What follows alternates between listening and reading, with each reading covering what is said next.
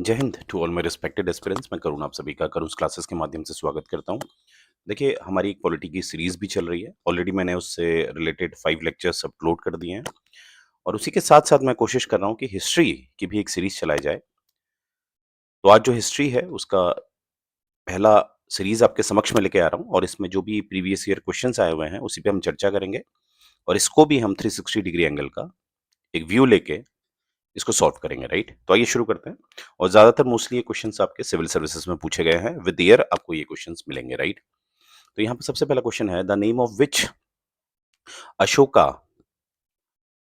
Is generally referred to his inscriptions. ठीक है, तो इसमें से पूछा गया है जो अभिलेख मिले हुए हैं अशोका के, उसमें अशोक को किस नाम से जनरली रेफर किया गया है, प्रदर्शित किया गया है।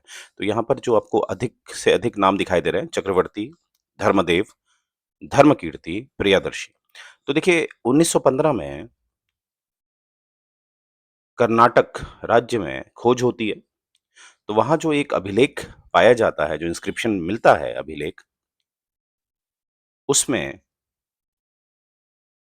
जो नाम हमें दिखता है अशोक से जुड़ा हुआ, वो है देव नाम प्रिया प्रियादर्शी प्रियादर्शी। तो ये नाम जो है हमें मिलता है और जो हमारे इतिहासकार हैं वो बताते हैं कि ये नाम किससे जुड़ा हुआ है, ये सम्राट अशोक से ये नाम जुड़ा हुआ है। तो इसका जो राइट आंसर है वो है देव नाम प्रिया प्रियादर्शी। तो यहाँ पर हमें कहाँ दिखाई दे रहा है? प्रियादर्शी में। तो this is the right answer, right? ये आपने टिक करना है। आइए नेक्स्ट देखते हैं। The term Yavanapriya mention in ancient Sanskrit text denoted. 1995 का है ये क्वेश्चन। पहला वाला भी अगर आप देखेंगे वो भी 1995 का क्वेश्चन है।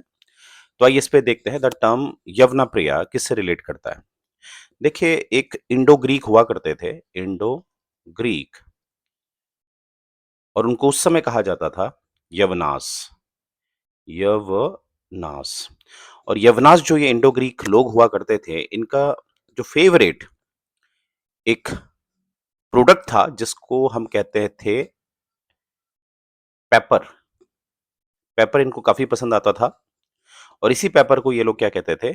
यवना प्रिया, यवना प्रिया कहते थे। तो यहां पर कहां टिक करके आएंगे आप? पेपर। कहां टिक करके आएंगे? पेपर पे। तो जो यवना प्रिया जो शब्द है ये किसके लिए है? ये पेपर के लिए है। ठीक है, और ये किसने नाम दिया है पेपर को? यवना प्रिया, ये नाम दिया गया है यवनास के द्वारा। और यवनास कौन थे? ये इंडो ग्रीक थे। ये बात आपने याद रखनी है। आइए नेक्स्ट देखते हैं। The concept of Anuvrat was devoted by, माफ कीजिएगा, वॉज एडवोकेटेड बाय। अब ये अनुव्रत क्या है? देखिए, इसमें 5 तरह की टीचिंग बताई गई है आपकी, 5 टाइप्स ऑफ टीचिंग्स। अब वो क्या क्या है आइए एक बार देख लेते हैं। पहला, अहिंसा, असत्य, अहिंसा, असत्य। ए से है आपका अपरिग्रह, चौथा है आपका सत्य और पांचवा है आपका ब्रह्मचारी। ब्रह्मचारी, ये 5 तरह की टीचिंग है जो आपको कहाँ दिखाई देती है? अनुव्रत के सिद्धांतों में। तो यहां पर हम देखेंगे ये अनुव्रत किस से जुड़ा हुआ है? तो ये जुड़ा हुआ है आपके जैनिज्म से, राइट? तो ये चीज आपने याद रखनी है और ये भी याद रखना है कि अनुव्रत में हमें 5 तरह की टीचिंग्स मिलती है, राइट? तो इसका जो राइट आंसर है वो है जैनिज्म और ये भी क्वेश्चन आया हुआ है 1995 में, राइट? आगे देखते हैं। अकॉर्डिंग टू मीमांसा system of philosophy, liberation, liberation को यहां कहेंगे हम मुक्ति। मुक्ति, liberation is possible by mean of, question 1995 का है। देखिए, मीमांसा, मीमांसा का अर्थ होता है जिज्ञासा, जानना किसी चीज को। तो मीमांसा जो सिस्टम था, जो ये तंत्र था, इसमें मुक्ति कैसे हासिल की जाए इस पे चर्चा की गई है, बताया गया है। तो इसमें जो ऑप्शन है वो है आपका कर्म। तो मीमांसा सिस्टम में जो मुक्ति जो हासिल की जा सकती है वो किससे की जा सकती है? कर्म से की जा सकती है, राइट? आगे देखते हैं। आगे देखते हैं, bronze icon of Nataraja cast during the Chola period invariably show the dt with, ठीक है, 1995 का क्वेश्चन है। सबसे पहले हम देखेंगे नटराज, काफी प्रसिद्ध है, आप सभी जानते हैं। नृत्य में ज्यादातर ये दिया जाता है ये। और ये चोल पीरियड जो हमारा एक्टिव था वो 9 से 11वीं शताब्दी के बीच हमें दिखता है। कॉमन एरा यानी कि जिसे आप एडी कहते हैं, तो 9 से 11वीं शताब्दी में हमें दिखता है चोल साम्राज्य दक्षिण भारत में। और हम सभी जानते हैं कि चोल साम्राज्य कला प्रेमी साम्राज्य था, तो इसी में प्रसिद्ध था नटराज की आकृति। अब नटराज में अगर हम देखेंगे तो देखिए ये समझना होगा कि अगर आप मुझे देख पा रहे हैं तो मेरा जो राइट है वो एग्जैक्टली आपका लेफ्ट आ रहा है, और जो आपका लेफ्ट है वो मेरा राइट है। आप समझ पा रहे होंगे देखने के हिसाब से। तो आपने जो राइट और लेफ्ट का जो अंदाजा लगाना है वो देखने के हिसाब से लगाना है, ठीक है। जैसे ये एक डीटी देख लेते हैं, मेरी ड्राइंग के लिए मुझे माफ करिएगा। तो इसमें मैं अगर ये हैंड बना रहा हूँ, ठीक है, इसमें 4 हैंड है हमारे। इस डीटी में कितने हैंड है? नटराज की मूर्ति में हमें 4 हाथ दिखाई देते हैं। तो मूर्ति के हिसाब से जो हमें देखना है, ये हमारा होगा लोअर लेफ्ट हैंड, ये होगा अपर लेफ्ट हैंड, ये होगा आपका लोअर राइट हैंड, और ये होगा अपर राइट हैंड। तो आपने इस हिसाब से ध्यान रखना है विद रिस्पेक्ट टू आइडल मूर्ति, उस हिसाब से आपने लेफ्ट राइट देखना है। तो यहाँ पर इसके 4 हाथ हैं। हम सभी जानते हैं नटराज की मूर्ति पे 4 हाथ हैं। अब वो 4 हाथ क्या डिनोट करते हैं?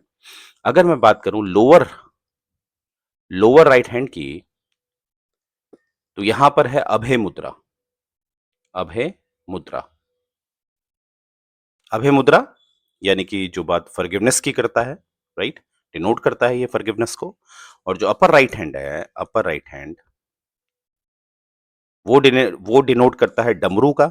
डमरू, डमरू मतलब एक रिदम की जो सृष्टि बनी है, वो जिस रिदम में बनी है उसको डिनोट करता है डमरू।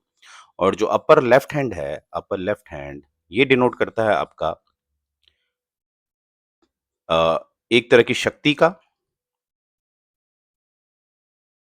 यानी कि अग्नि यहां पर हमें दिखता है, अग्नि। तो ये कहीं ना कहीं दिखाता है डिस्ट्रक्शन, डिस्ट्रॉयर का प्रतीत है ये। और जो लोअर लेफ्ट हैंड है वो आपको दिखेगा, वो पॉइंट कर रहा है, वो पॉइंट कर रहा है लेफ्ट लेग को, लेफ्ट लेग को, जो ये दिखा रहा है कि मुक्ति अगर चाहिए आपको तो you have to come to me, ठीक है, मेरे पास आपने आना है, मुझे अपनाना है। और जो राइट लेग है, और जो राइट लेग है वो एक ड्वार्फ के ऊपर है, वो एक ड्वार्फ के ऊपर है। अब ड्वार्फ को आपने क्या समझना है? ड्वार्फ यहां पर आपको ये याद रखना है कि इस ड्वार्फ का नाम है आपसमारा। यहां पर लिख देता हूं, ड्वार्फ का नाम है माफ कीजिएगा, ड्वार्फ का नाम है आपसमारा। आपसमारा, आई रिपीट, जो ड्वार्फ मतलब बौना, क्योंकि जो राइट लेग है वो एक बौने के ऊपर हमें दिखता है, जो एक जिसकी आकृति, जिसकी एक सीरत हमें शैतान की जैसी दिखती है, सूरत भी शैतान जैसी दिखती है, दानव दिखता है, वो ड्वार्फ, वो बौना। और उसका नाम माना गया है आपसमारा, आपसमारा, राइट। तो ये जो नटराज की मूर्ति है वो हमने देखी, और नटराज की मूर्ति के चारों तरफ जो एक सर्कुलर है, इसके बीच में ये आपको मूर्ति दिखती है, चारों तरफ सर्कुलर है, इसके बीच में ये आपको मूर्ति दिखती है जो मैंने अभी बनाई थी। ये दिखाता है आपका यूनिवर्स, ब्रह्मांड दिखाता है। तो इस तरह से आपके क्वेश्चन पूछे जा सकते हैं। तो यहाँ पर हमारे पास सिंपल आंसर है इसका 4 हैंड। कितने हाथ है इसमें? 4 हाथ हैं, राइट। तो ये 5 प्रश्न आपके समक्ष में लाया था जो मोस्टली 1995 के सिविल सर्विसेज में पूछे गए हैं, और मुझे उम्मीद है ये आपको पसंद आए होंगे। और अगर पसंद आए हैं तो लाइक करिए, सब्सक्राइब करिए, राइट। और इसी तरह से हम आगे की सीरीज भी पॉलिटी और हिस्ट्री की कंटिन्यू रखेंगे। जय हिंद गाइस।